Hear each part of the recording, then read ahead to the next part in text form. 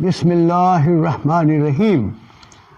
Today we are going to discuss Shakespearean conception of tragedy. Like Aristotle, Shakespeare holds that the tragic hero must be a man of high social position. He contends that the fall of such a person has wider effect on the society.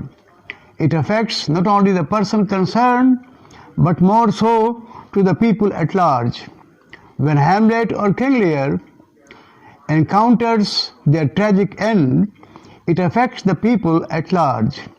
On the other hand, if a person of low social status meets his tragic doom, it affects the person and his family, but it does not have wider effect on the society itself. The tragic hero in Shakespearean tragedy suffers because of his own weakness. In other words, it is self-imposed. At times, it is due to external factor as well, and we cannot hold the protagonist himself responsible for his suffering. Thus, it is rightly said that the character suffers because of both fate and the person himself. Hamlet's suffering is due to his own speculative mind as well as some external factor.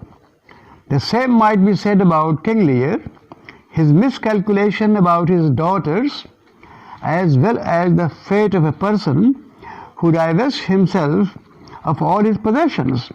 The clown in King Lear mocks the king, saying that when he has given everything to his daughters, he has invited his own suffering. The people in the Elizabethan age believed in supernatural agencies. It was believed at the time that supernatural elements have their role in the life of human being. They can do or undo man's future. Shakespeare's approach is objective. To put it differently, the supernatural has its role, but not directly.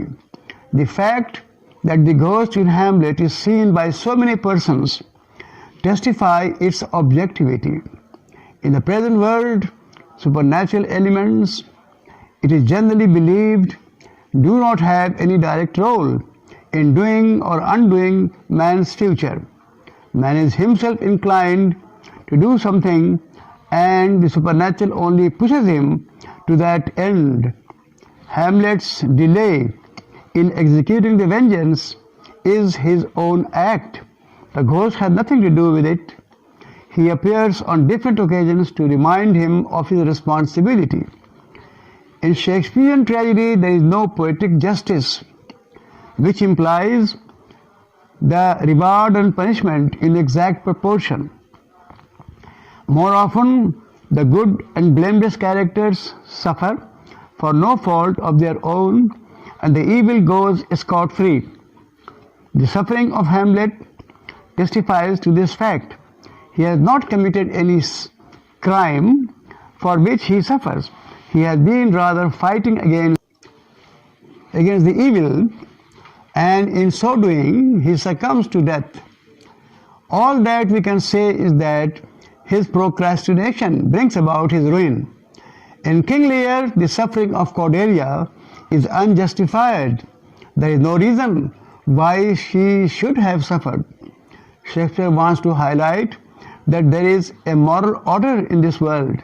It implies the suffering of man is at times self-invited. Although he is not a practicing criminal, he courts his destruction because of some weakness or negligence on his part.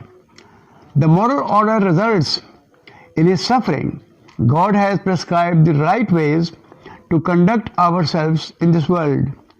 Should we deviate from this divinely prescribed ways, we are bound to suffer. In Shakespearean tragedy, there is comic relief as well. This is intended to provide relief in the midst of great mental distress. There are some critics who are against it. They are of the opinion that tragedy should remain wholly tragic and comedy comic. They are two different species and they should be kept apart from each other. This is against the law of human nature. In this world, man often suffers and at times he has plenty of happiness.